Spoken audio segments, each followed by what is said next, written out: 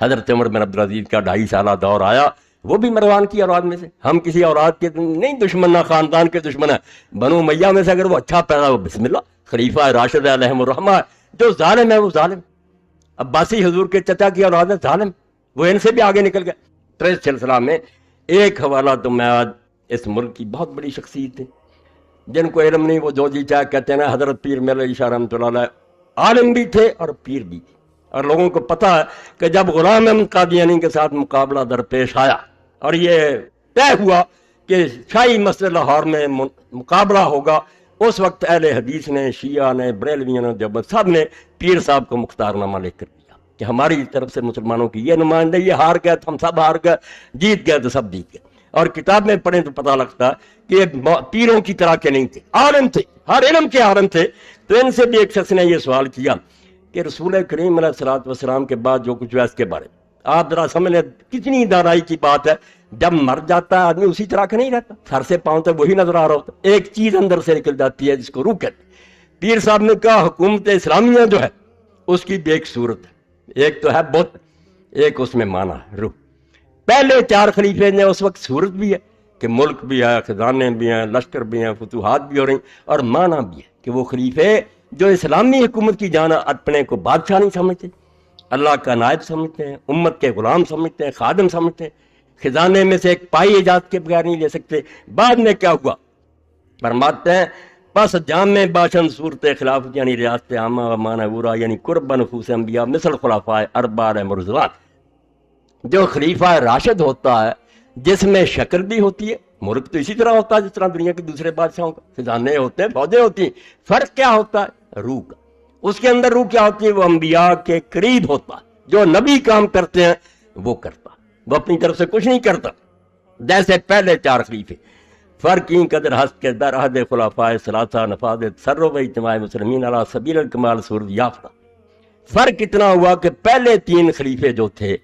ان کے زمانوں میں خلیفہ کا کنٹرول اور مسلمانوں کا اتفاق پوری طرح رہا، و در عہد مرتضی معنی کامل یعنی قرب نفوس انبیاء۔ جب حضرت علی مرتضیٰ کا دور آیا، کتے بھونکتے ہیں، علی کے زمانہ میں کچھ نہیں ہوا، وہ مولانا ابوالکلام آزاد رحمۃ اللہ جس کو یہ لوگ امام الہند کہتے وہ ہوتا، مجھے دکھ ہے کری کی حقیقت لوگوں نے نہیں پہچانی، اللہ نے اگر موقع دیا تو میں ان کی سیرت پر پوری کتاب لکھوں گا کہ ظالموں اس کو نہیں سمجھے جو رسول اللہ کے ساتھ ایسے تھا جیسے موسیٰ علیہ السلام کے ساتھ ہارون، اس مگر وقت نہیں ملا، دوسرے کاموں میں لگ۔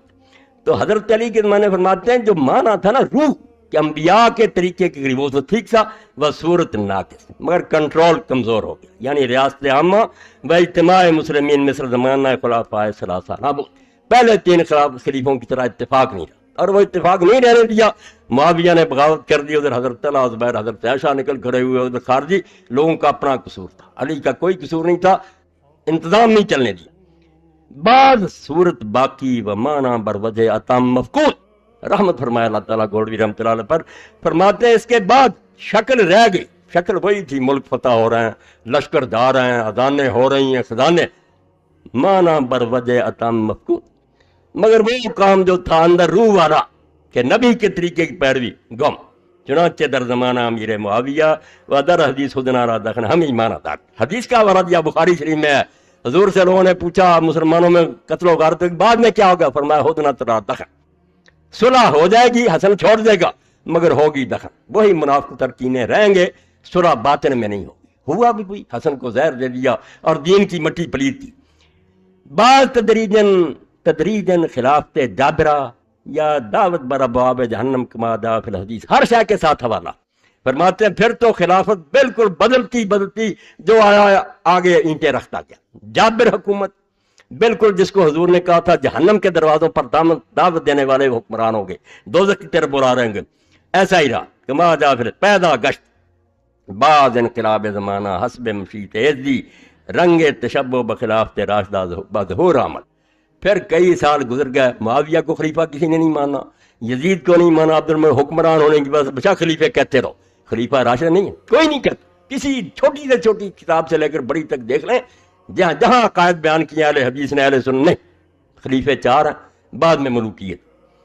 خود امام ابن کثیر لکھتے ہیں اپنی البدایہ 8ویں جلد کہ سنت یہی ہے کہ امیر معاویہ کو خلیفہ نہ کہا جائے، بادشاہ کا ملک ہے وہ، اور وہ بھی کہتے تھے نام اول ملوک الاسلام، بھائی میں خلیفہ نہیں ہوں، پہلا بادشاہ، مگر وہ کہتے ہیں پھر اللہ کی مرضی سے اللہ کو نے یہ پسند کیا کہ مسلمانوں کو تھوڑی سی جھلک پھر دکھا دی جائے خلفائے راشدین کی، چنانچہ خلافت عمر بن عبدالعزیز، حضرت عمر بن عبدالعزیز کا 2.5 سالہ دور آیا، وہ بھی مروان کی اولاد میں سے، ہم کسی اولاد کے نہیں دشمن، نہ خاندان کے دشمن ہیں، بنو امیہ میں سے اگر وہ اچھا پیدا ہو بسم اللہ، خلیفہ راشد علیہم الرحمہ، جو ظالم ہے وہ ظالم، عباسی حضور کے چچا کی اولاد ہے ظالم، وہ ان سے بھی آگے نکل گئے۔ تو یہ بات جو پیر صاحب نے کہی، یہ نچوڑ ہے ساری تقریر کا، کہ یہاں صورت رہ گئی، ملک بہت فتح ہوئے، علاقے ہوئے، بہت